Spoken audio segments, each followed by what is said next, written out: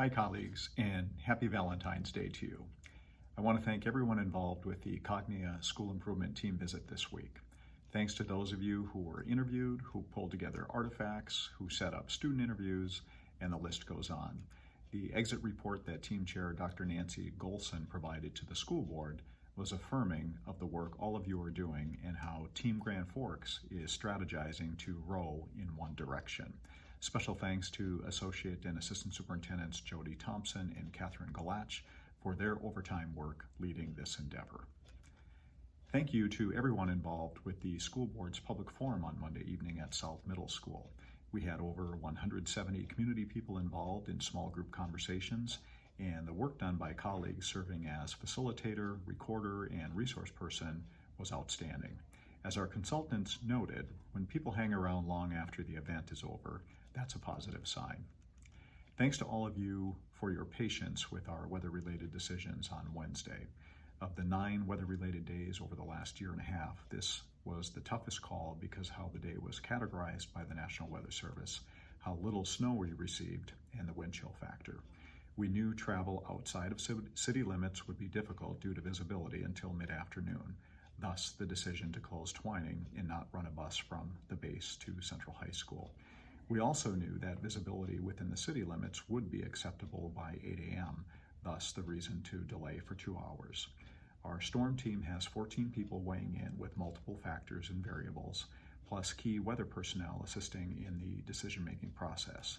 At the end of the day, it's my full responsibility to make the call, and I will accept the various responses that come from such a decision.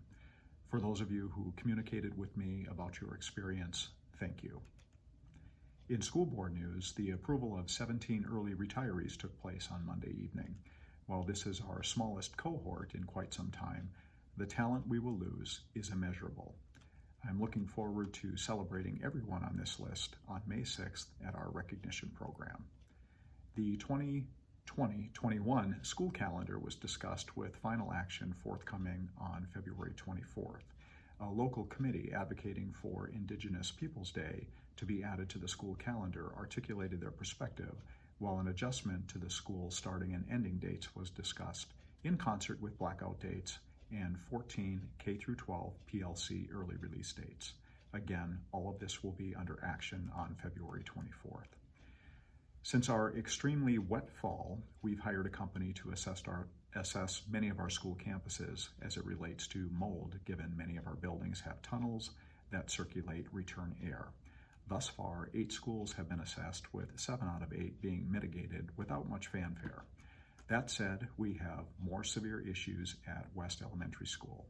With the air quality, while the air quality is within acceptable ranges, we want to err on the side of caution and mitigate the mold found behind sheetrock in the library and in the tunnel below the EC/SE classrooms. To this point, we will need to relocate West students and staff to an alternative site on or about February 24th. School will continue to be in session at West until the relocation begins. B&G Director Chris Arnold, Scott Berge, Business Manager, and Principal Designee Lissa Dietrich met with West staff on Wednesday afternoon, while the school board held a special session on Wednesday afternoon as well.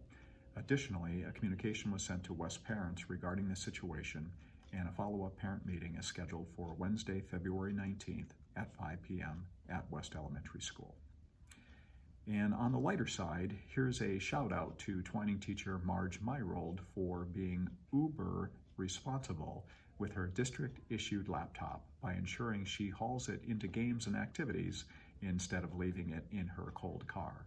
Someone told me that Marge was bragging on herself for being a responsible teacher at a game the other night, and apparently it was pretty funny. Thank you, Ms. Galach, for submitting this information. Have a wonderful Valentine's Day weekend.